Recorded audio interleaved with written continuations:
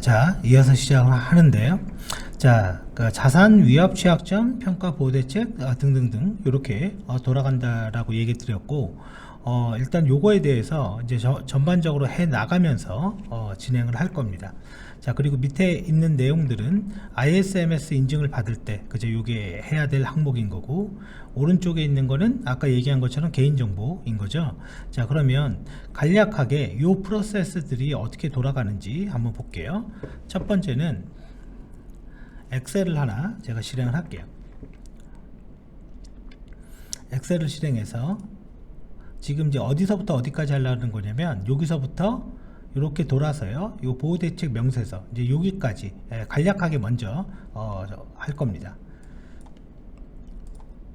자, 일단 엑셀을 하나 띄웠는데요. 이 엑셀을 하나 띄웠는데, 첫 번째는 우리가 제일 중요하다라고 얘기하는 게 뭐라고 했습니까? 인증 범위라고 했죠. 그래서 인증 범위 내에 주요 자산을 식별해야 돼요. 그래서 인증 범위 내에 주요 자산을 식별해야 되는데, 일단은 그걸 하기 전에 뭘 해야 되냐면 카테고리를 만들어야 됩니다. 그래서 자산을 그룹핑을 해야 돼요. 그러면 우리가 이제 자산을 그룹핑을 이제 어떻게 하냐, 우리가 딱 그냥 생각해 보면, 첫 번째는 우리는 서버라는 게 있겠죠. 그죠? 서버라는 게 있고, 자, 그리고 뭐가 있을까요? DBMS도 있을 거고, 자, 그리고 보안 솔루션도 있을 거고, 자, 그리고요, 그 다음에 네트워크 자산도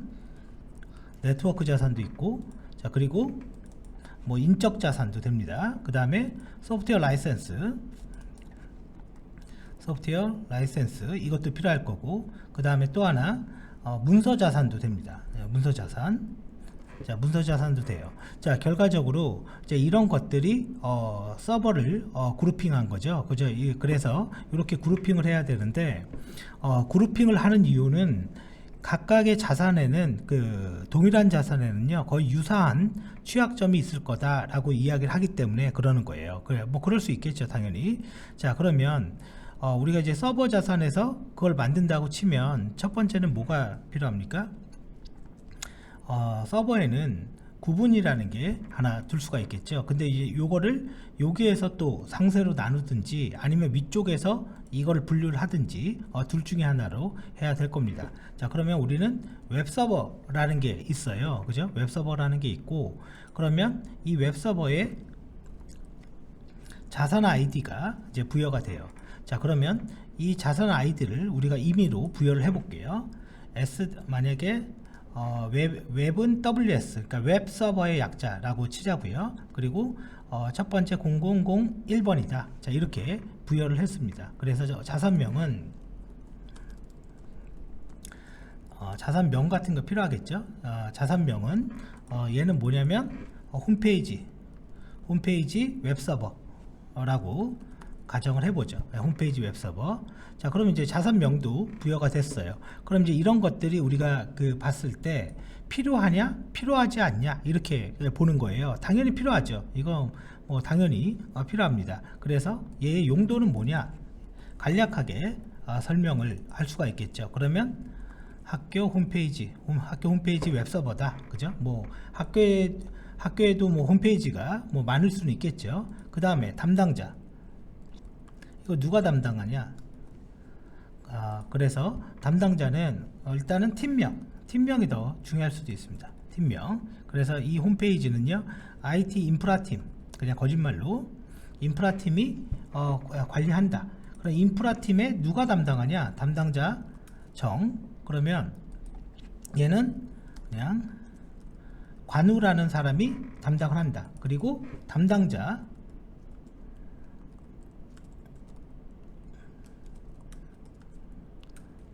그러면 얘는 뭐 장비다. 그죠? 예.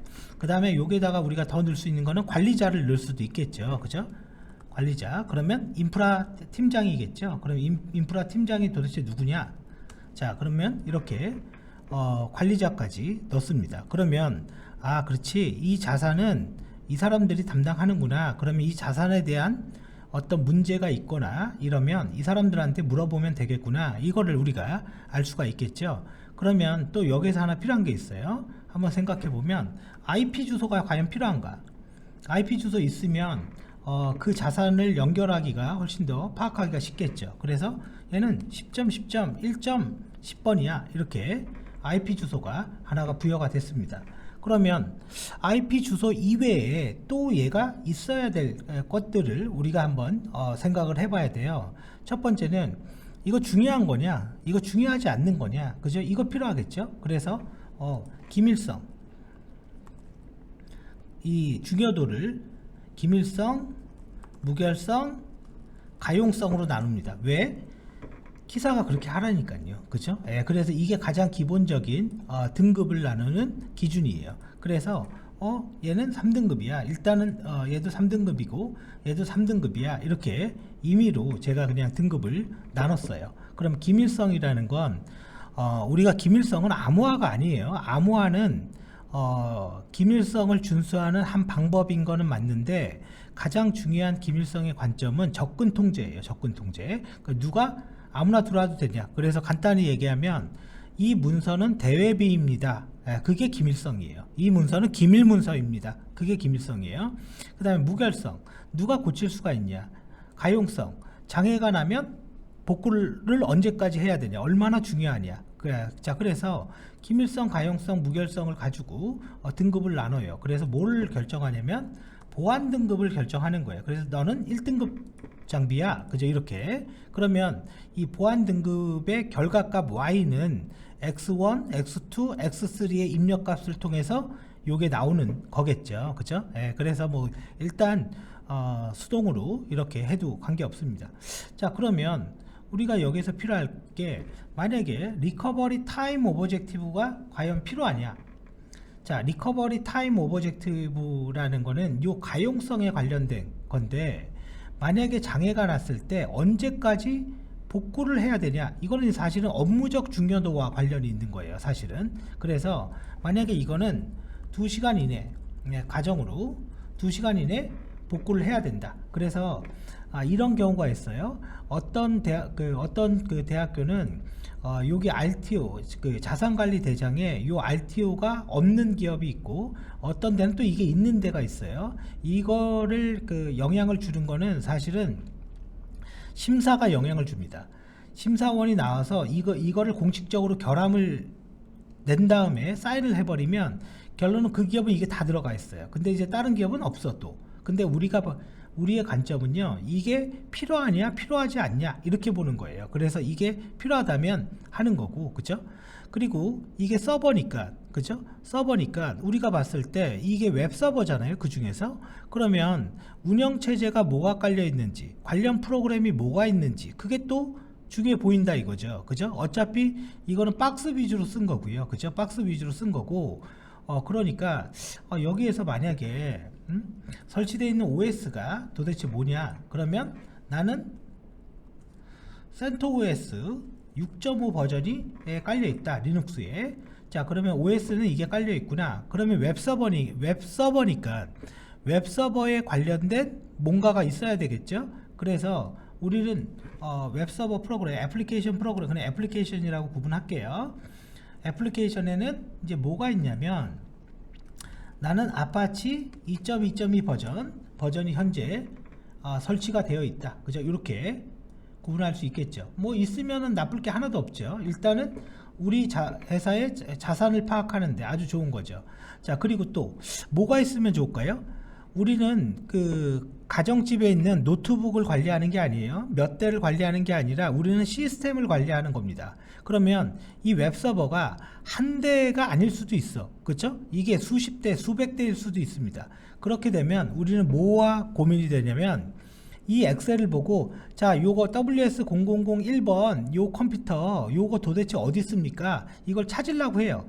근데 우리가 센터가 한 3군데가 있어요. 센터 안에서도 렉이 있는데 그 렉에 어디에 이게 꽂혀 있는지 아무도 모르는 거죠, 그죠? 네, 모를 수 있습니다, 충분히 장비가 많으면. 그래서 이 자산의 위치가 있다면, 만약에 뭐 예를 들어서 분당 IDC 센터에 렉 1번에 10번 유닛, 10번 유닛이라는 건 이제 뭐냐면, 자, 10번 유닛은 간단히 얘기하면 이거예요. 자, 센터가 한 개밖에 없다 하더라도 우리가 이제 센터에 이렇게 들어가면 통로의 길이 있고 이쪽에 렉들이 다 이렇게 있잖아요. 그죠? 렉들이 이렇게 있단 말이에요. 이렇게 있으면 요 안에 내가 이렇게 진입을 해요. 그럼 여기로 간단 말이죠. 여기에 이제 렉이 하나 이렇게 있어요. 이 렉이라는 게 뭡니까? 컴퓨터 꽂는 데죠. 그럼 왼쪽에 뭐가 있습니까? 이렇게 구멍이 이렇게 있어요. 이걸 유닛이라고 합니다. 요거를 이렇게 구멍이 있어요. 그러면 이 렉 번호는 제가 임의로 줬어요. 이게 렉 번호 1번입니다. 그 중에 10번 유닛은 1번부터 세는 거예요. 여기가 10이구나. 그러면 여기에다가 컴퓨터를 이렇게 꽂는 거죠. 그럼 렉당 보통 2칸씩 띄어요. 왜 그래요? 열 때문에 그런 거죠. 열 때문에. 이걸 붙여두지 않습니다. 이거 붙여두면 서로 열을 내기 때문에 반도체 메모리의 단점이 뭐예요? 열에 약한 거죠. 열에. 그래서 이 중에 도대체 어떤 서버냐? 그랬더니 여기 딱 보니까 아 요거구나. 그죠? 10번에 있는 거고 그리고 여기에다가 스티커를 딱 이렇게 붙여두면 다시 요거랑 매핑 되겠죠. 그래서 이렇게 관리를 하면 이거 있으면 좋네요. 그죠? 그 안에 아파치 이거 깔려 있습니다. 좋고 CentOS라고 적혀 있는 거 운영체제 버전도 있으면 당연히 좋죠. 그죠? 그러니까 이거는 필요하겠다 라고 판단을 하는 거예요. 자, 그러면 오케이. 이거는 뭐 심사를 할 때 이걸 보든 말든 우리가 필요하구나 라고 판단이 되는 거죠. 그러면 문제점도 나옵니다. 자, 그 다음에 또 우리가 이제 생각해 봤을 때 또 뭐 어떤 게 필요할까요? 이렇게 보면 자, 그리고 나서 우리가 이제 구매 연도 이거 도대체 얼마에 샀냐? 사실은 구매 연도를 ISMS 컨설팅을 하거나 ISMS 구축을 할 때 자산별로 구매 연도를 넣는 이런 엑셀은 없어요. 사실은. 근데 이게 있으면 좋은지만 보자고요. 2020년 1월에 우리가 이걸 샀어. 그러면 이게 어떤 의미를 갖고 있을까요? 자, 1월 달에 샀다고 쳐보자고요. 그러면 이게 만약에 있으면 모든 서버는요, 내용 연수라는 게 있어요. 내용 연수가 뭡니까? 이때까지 쓰라는 거죠. 이때까지 쓰라는 겁니다. 그래서 우리가 쓰는 노트북이 내용 연수가 2년이에요. 2년이 되면 이 내용 연수가 가까워지면 어떻게 해요? 서버를 갖다가 좀 오래된 거는 좀 중요하지 않는 서버로 교체를 한다거나 혹은 새로 산 거는 중요한 서버, 중요한 업무를 하게끔 교체를 할 수가 있는 거죠. 그래서 내용 연수? 그래, 이거 있으면 자산 재배치를 할 때 유용하게 쓸 수가 있습니다. 자, 그 다음에 또 그러니까 구매 연도나 이런 거는 ISMS에서 나오지 않아요. 실제 구매 금액 이게 필요한가요? 만약에 여기에 이거는 나는 1억을 주고 샀어요. 이 서버를 실제 금액입니다. 이게 있으면 나중에 내년에 그 예산 잡을 때 이거와 유사한 서버 살 건데 실제 예산 계획을 좀 더 정확하고 근거 있게 잡을 수가 있죠. 왜냐면 제한가랑 실제 금액이 다르니까요. 자, 그리고 자, 요거는 사실은 제가 없다고 그랬죠. 사실은 여기에서 일반적인 컨설팅에서는 요거 없습니다. 요거 없고요. 그리고 요것도 거의 없습니다. 요것도 거의 없고 RTO도 거의 없어요. 그러면 자산관리대장에서 일반적으로 뭐가 있냐? 이거는 무조건 있죠. 이건 없으면 바로 결함을 때리니까 이거는 무조건 있습니다. 그리고 IP 주소도 필요하죠. 이건 있는 데도 있고 없는 데도 있어요. 담당자, 그죠? 담당자는 무조건 있습니다. 없으면 바로 결함 나옵니다. 이거는. 자, 그래서 이렇게 두고 그 다음에 이제 여러분들이 우리가 판단을 해보는 거예요. 이게 실제 일을 하는데 필요한 것들 이제 뭐가 있겠죠? 자, 이것도 이제는 없으면 결함이 나죠. End of Service, EOS 났냐? 그죠? 그리고 또 하나 이런 거 있습니다. 자산은 있는데 안 쓰는 서버가 있는 거예요. 그러니까 있긴 있어 서버는. 근데 실제 쓰지는 않아요. 그래서 사용 여부 이거 지금 쓰는 거냐? 자, 그래서 이제 그런 것도 많아요. 뭐냐면 쓰는지 안 쓰는지 모르는 것도 있습니다. 서버가 꽂혀 있는데 도대체 이거 누가 꽂았지? 이거 뭐 하는데 쓰는 거지? 이거 물음표인 거 엄청 많습니다. 생각보다. 자, 그리고 얘 EOS 났냐? 예. 자, 그래서 얘 EOS예요. 왜? CentOS가 EOS가 났거든요. End of Service. 더 이상 패치 안 된다 그 얘기인 거죠. 그리고 아파치 2.2.2도 이미 EOS가 난 겁니다. 이것도. 자, 그러니까 EOS가 난 장비의 현행화가 이렇게 되겠죠. 아, 여기 또 있네요. 생각해 보니까 PC, 개인정보 취급자가 쓰는 PC, 이거 당연히 있어야 되죠. 자, 그러면 여기까지 이렇게 보면 어디 갔죠? 어디 갔죠? 그거 쓴 거? 여기 안 썼나? 네, 잠깐만요. 화면을 좀 작게 해보죠. 아, 여기 문서 자산에다가 갖다 썼네요. 그죠? 네. 원래 이게 이제 서버에 있는 건데, 그죠? 서버에 있는 건데. 자, 여기까지 이게 있으면 결과적으로 이 필드들은 반드시 필요하구나 라는 게 든다 이거죠. 자, 그리고 뒤로 한번 가볼게요. 아직 좀 복사가 잘못된 것 같아요.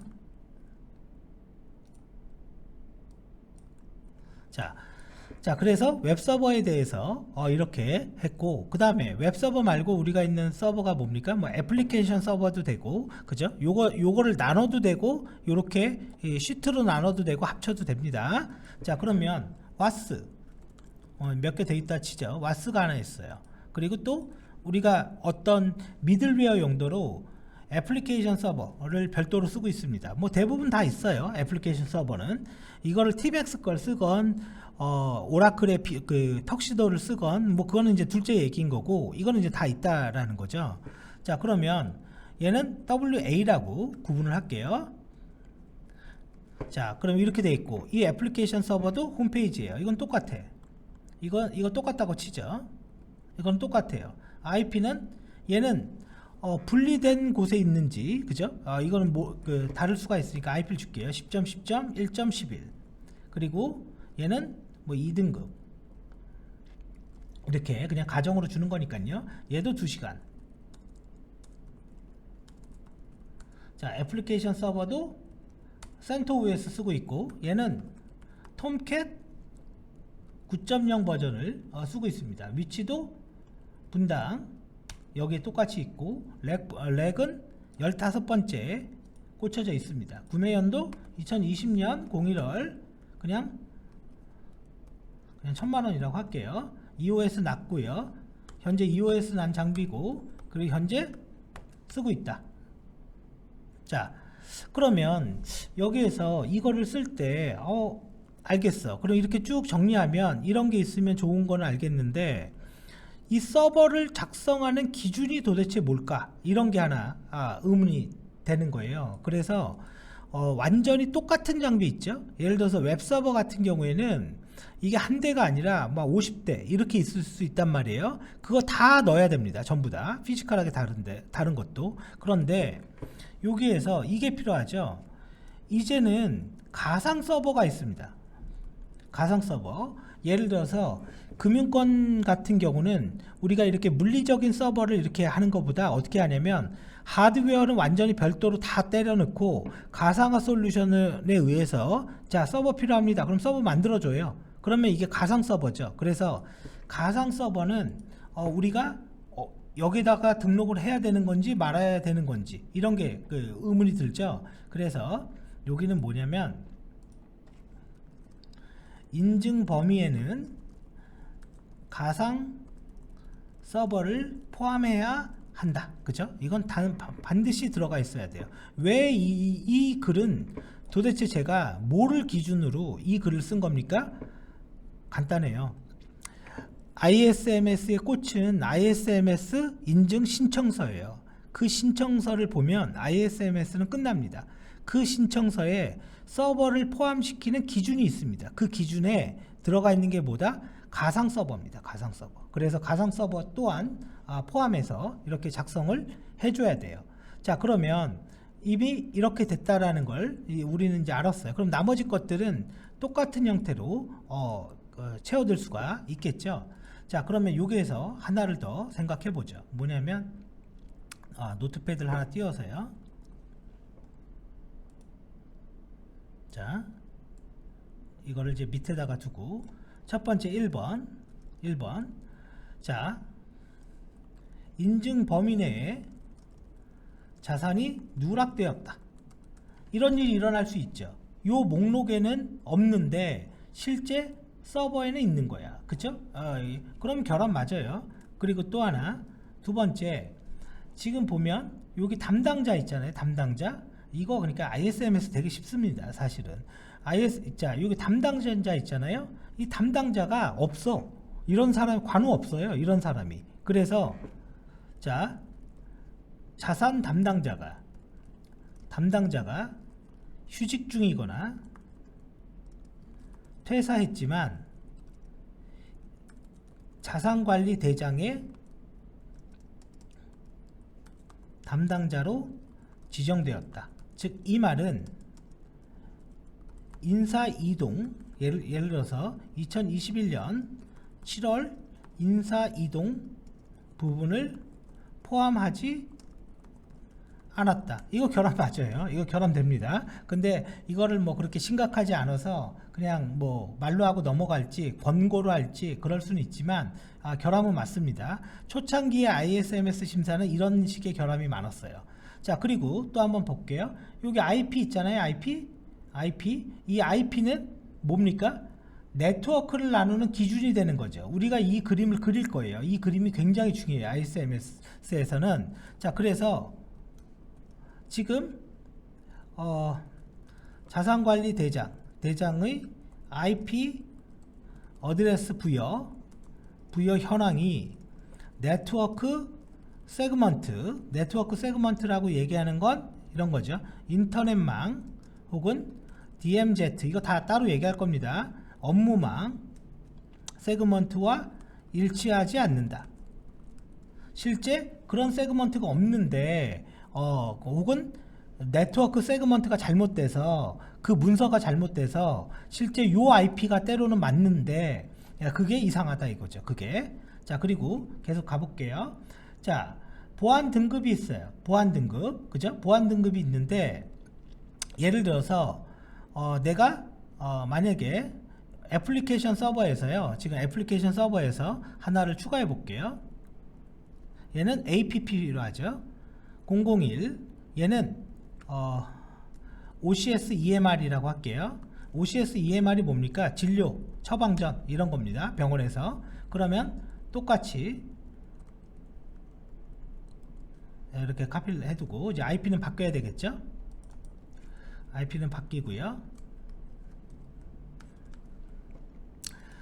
자, 그런데 요걸 보면 3등급 그냥 3등급 그냥 마음대로 할게요. 이거는 3등급 1등급 이렇게 부여를 했습니다. OCS EMR이라는 이름을 갖고 있으니까 만약에 여기가 병원이라면 병원인 거죠. OCS EMR을 갖고 있는 데가 병원밖에 없죠. 그죠? 자, 그러면 병원이라면 지금 이런 게 되겠죠. OCS EMR 서버는 환자 정보, 환자 데이터, 진료 정보 등의 개인 정보를 보유하고 있는 서버인데 보안 등급이 낮게 지정되어 있다. 보안 등급이 낮으면 무슨 문제가 일어날까요? 보안 등급을 낮게 쓰면 이런 문제가 일어나요. 이게 나중에 취약점 점검의 시기입니다. 보안 등급이 낮아서 전체 취약점 평가 점수가 낮게 나오. 그죠? 왜? 계산식에 들어가 있거든요. 저게 계산식에 들어가 있으니까 보안 등급이 낮으면 그냥 취약점이 별로 없는 거로 나오게 됩니다. 그러니까 이런 문제가 있을 수 있다라는 거고, 또 하나는 요즘은 이제 이런 게 가능하죠. 2020년에 인증 기준이 바뀐 다음에 4개 정도가 포함이 되어 있는데요. 그 4개가 뭐냐면 서비스 흐름도, 정보 서비스 흐름 및 흐름 분석, 그러니까 서비스 흐름 분석, 이거 하나, 그 다음에 외부자 현황 관리, 그 다음이 클라우드 보안, 그 다음이 전자 거래 및 핀테크 보안, 이렇게 4가지 인증 기준이 추가가 됐어요. 우리한테 딱 느끼는 인증 기준은. 그러면 그런 내용들 중에 여기에 서버 중에요 많이 빠지는 것 중에 하나가 뭐냐면 이제 이런 겁니다. 자, 환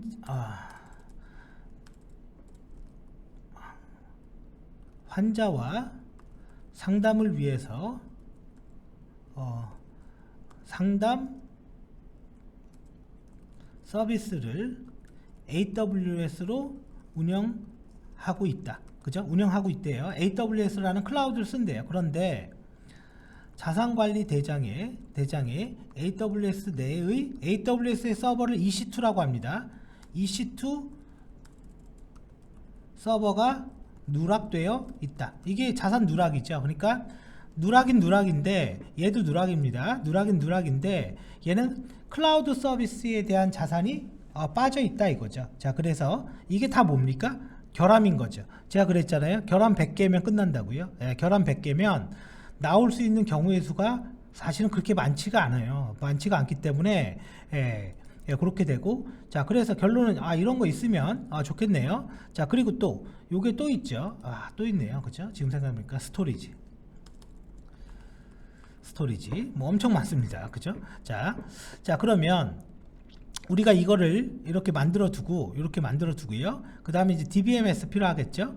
DBMS도 우리가 여기에다가 이렇게 추가할 수 있겠죠. 그래서 어떤 DB를 쓰고 있는지, 그 안에 DB 중에 뭐 유료 소프트인지 뭐 무료 소프트인지 그런 것도 다 포함시킬 수가 있는 거죠. 자, 밑으로 가볼게요.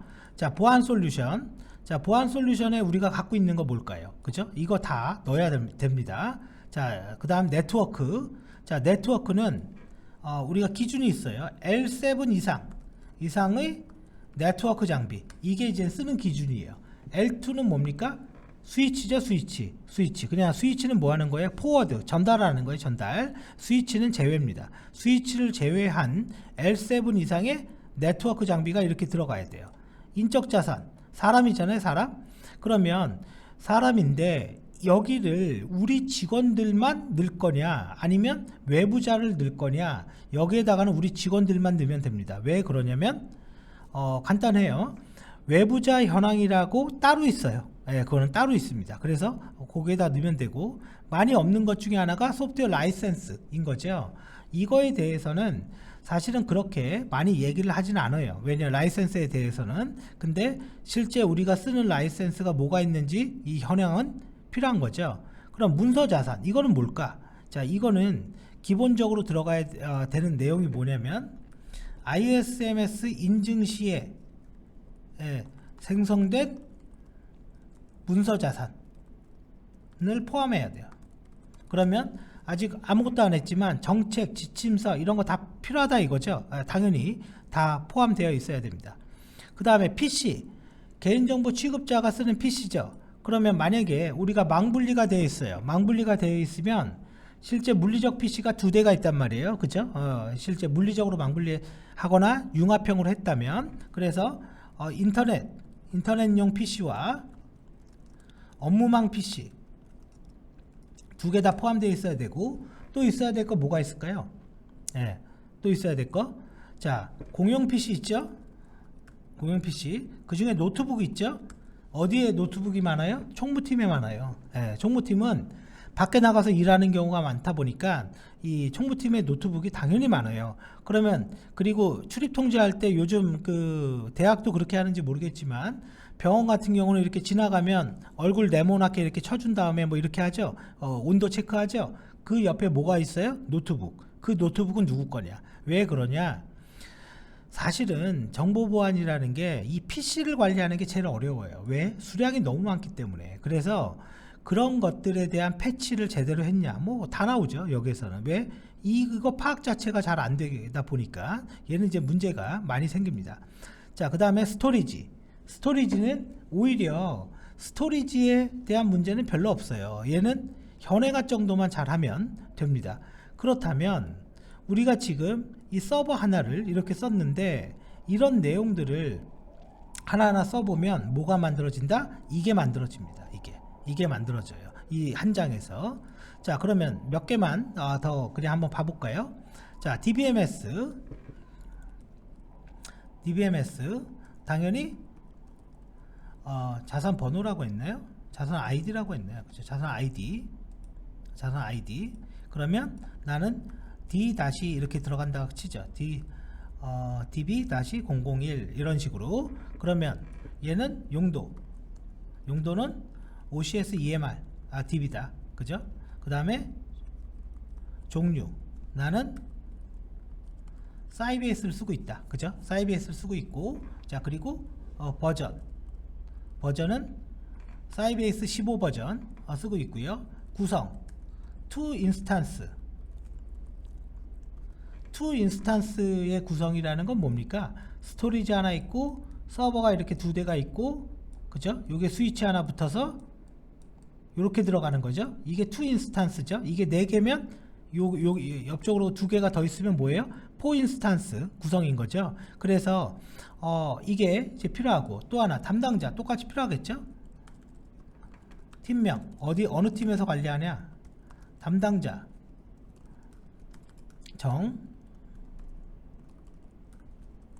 부 관리자, 뭐 이거 당연히 필요하겠죠. 그리고 현재 용량 필요합니까?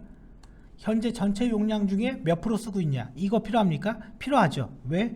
증감 계획을 세워야 되니까. 그죠? 이게 또 용량 및 성능이라는 인증 기준이 저쪽 뒤쪽 가면 또 나오니까요. 그래서 현재 스토리지라고 할게요. 스토리지는 10TB의 전체 용량이고, 현재 사용 중 용량은 사이즈는 8TB를 쓰고 있다. 왜? 이거 꽉 찼는데 그대로 두면 DB 바로 죽어요. 그 다음에 백업 주기 DB니까요. 얘는 매일 백업하고 있다. 백업 방법, 얘는 차등 백업하고 있다. 어떤 건 증분 백업하고 있다. 자, 이게 무슨 말입니까? 전체 백업은 뭔지 알잖아요. 그죠? 전체를 다 복사하는 거니까. 증분 백업은 전체 백업 이후에 변경된 것만 백업하는 거고, 차등은요, 차등은 전체 백업 이후에 변경된 것 백업하는 거고, 증분 백업이라고 얘기하는 거는 변경된 것만 백업하는 거예요. 이게 다르죠. 그러니까 차등은 마지막 전체 백업 이후에 변경된 거를 계속 누적하면서 백업하는 거고, 증분은 변경된 것만 하는 거죠. 그래서 이 백업, 그죠? 당연히 백업 있어야 되죠. 그 다음에 또 똑같아요. 기밀성, 가용성, 무결성, 이건 무조건 있어야 됩니다. 보안 등급, 구매 날짜, 구매일, 뭐 구매 비용, 뭐 이거 갖고 이거 없는 거 갖고는 뭐라고 안 그래요. 이거 갖고는 얘기 안 하긴 하지만, 뭐 이런 정도의 내용은 DBMS에서 당연히 있어야 되고, 여기에서 이제 고민이 하나 빠지는 게 하나 있어요. 고민이 뭐냐면, 이건 눈에 보이는 DB거든요. 이게 눈에 안 보이는 DB가 있습니다. 그게 뭐냐면 이런 거죠. A라는 솔루션을 샀는데 얘가 뭐 하는 거냐면 이메일 발송 프로그램이에요. 우리가 만약에 학생들한테 대량의 메일을 발송을 해요. 그래서 얘가 이메일을 발송해주는 프로그램이에요. 근데 요 안에 뭐가 있냐?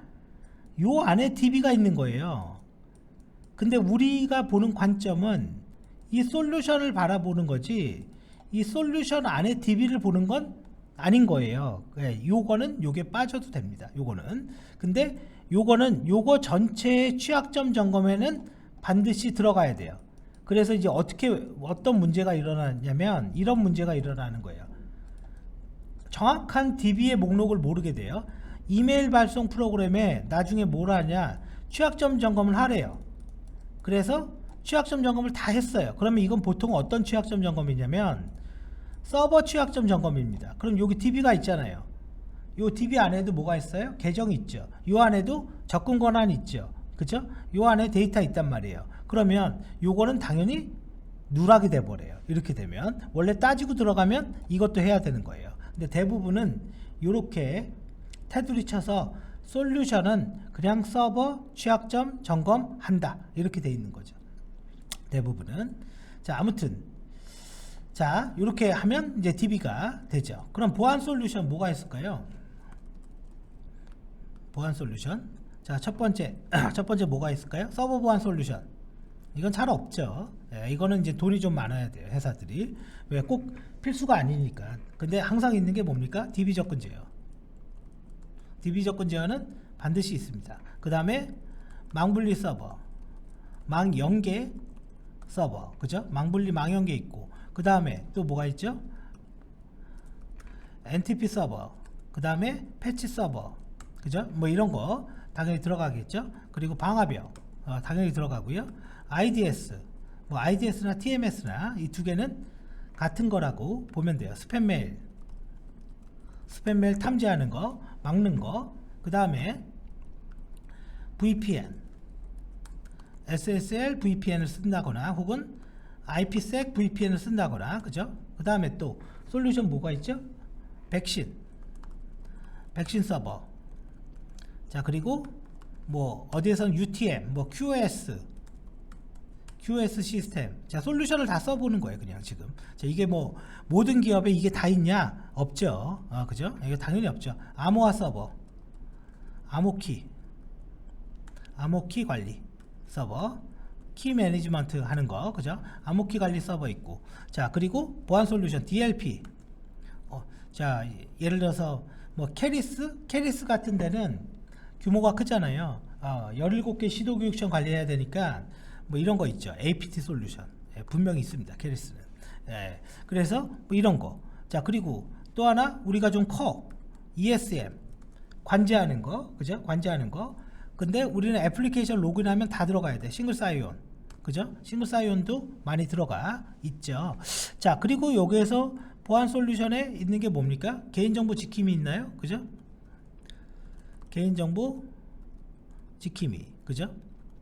그 다음에 자, 이렇게 그 다음에 낙이죠. 낙. 그죠? 낙, EDR,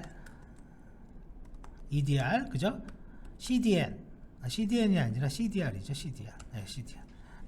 자, 이런 것들, 그죠? 이런 것들이 지금 솔루션만 해도 몇 개입니까? 한 20개 되잖아요. 그죠? 근데 보통은 다 있지는 않고, 여기에 일반적으로 꼭 있는 거는 첫 번째 DB 접근 제어 솔루션은 거의 다 있습니다. 거의 다 있고요. 자, 그리고 NTP 서버 거의 다 있어요. 이거 거의 다 있고, 방화벽 무조건 있고요. 방화벽과 IDS는 거의 다 있습니다. 그리고 스팸 메일 솔루션도 거의 다 있고, VPN이 SSL VPN이냐 뭐 IPsec VPN이냐 이런 차이는 있을 수는 있지만 VPN은 당연히 있고요.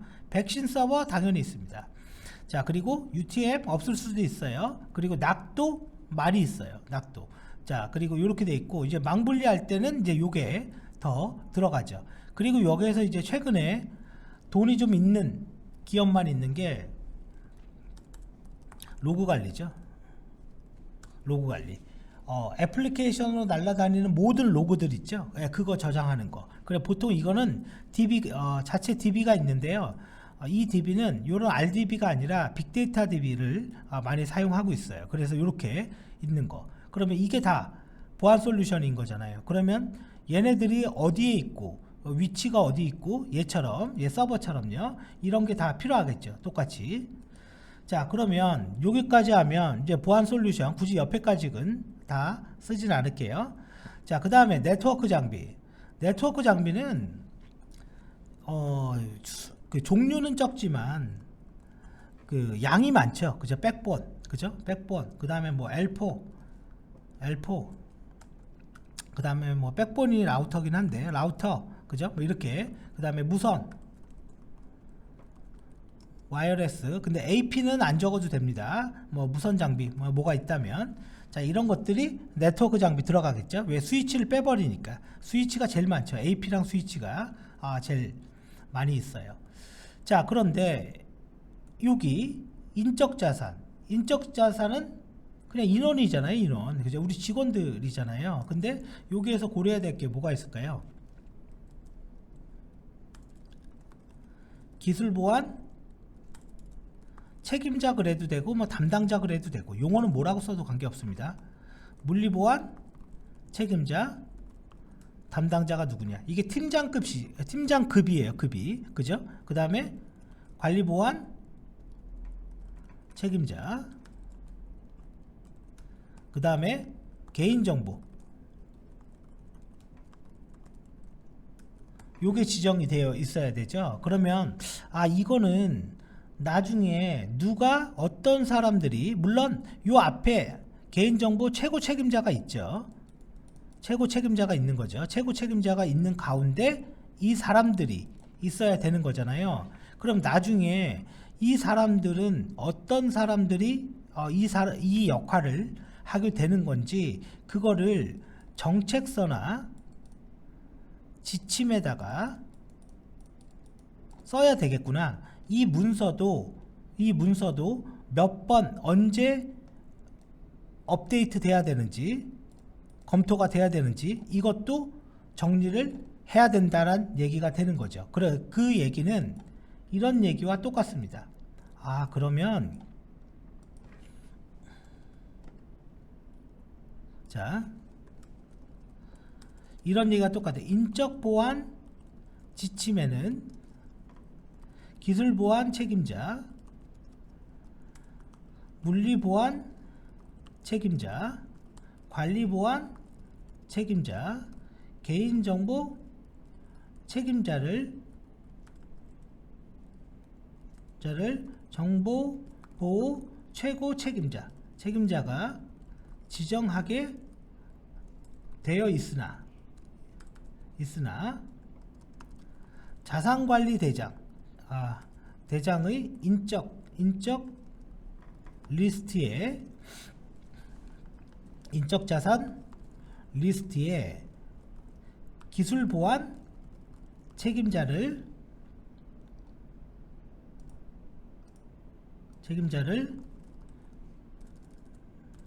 자가 지정되지 않았다. 뭐 이런 거야. 뭐 아무것도 아닌 거죠. 왜? 지정하면 되니까요. 실제 없을 리가 없는데 여기에 빠져 있다. 그 정도 얘기니까. 그리고 또 얘는 조직 구성에도 관련이 되는 거죠. 사실은 이런 경우는 결함이 나면 요거로 납니다. 요거로. 조직관리, 그죠? 조직관리에 해당이 되는 거죠. 그래서 요 부분까지도 포함이 되어 있으면 되는 거고, 또 이런 거는요, 얘도 문제가 되죠. 실제 퇴사자가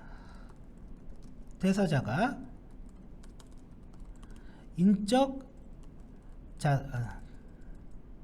퇴사 뭐부터 이렇게 합니다. 2021년 7월 홍길동 군이 퇴사하였는데 인적 자산을 현행화하지 않음. 이게 결함이죠. 결함입니다. 물론 이게 이거잖아요. 홍길동이 나갔대요. 근데 인적 자산의 이 명단을 업데이트 치지 않았다. 그런데 요거보다 더 크게 나오는 건 뭐냐면 접근 통제에서 결함이 더 크게 나오죠. 이런 경우에는 왜? 권한을 빼고 권한을 주고 그 역할이 문제가 될 여지가 굉장히 큽니다. 그리고 또 하나는 이거를 이렇게 하는 것보다는 단순하게 홍길동이 나갔으니까 여기에 엑셀 시트에 요거를 업데이트 치지 않았어요. 요렇게 말할 수도 있겠죠. 그렇게 할 수 있겠지만 뭐냐면 이게 더 이런 형태가 더 나와요. 자산의 변경 시에 자산관리 대장을 현행화하여 관리하지 않음, 이거라는 거죠. 그러니까 단순히 이 인력 한 명의 문제가 아니라 이게 더 큰 자산의 현행화에 결함이 나갈 확률이 훨씬 더 큽니다. 요거 하나보다는. 자, 그래서 요거 하나만 봐도 지금 몇 개 나왔습니까? 7개 나왔죠? 7개 나왔고요. 자, 그리고 네트워크 부분은 보통은 누락이 많습니다. 장비에 대한 이런 거죠. AWS와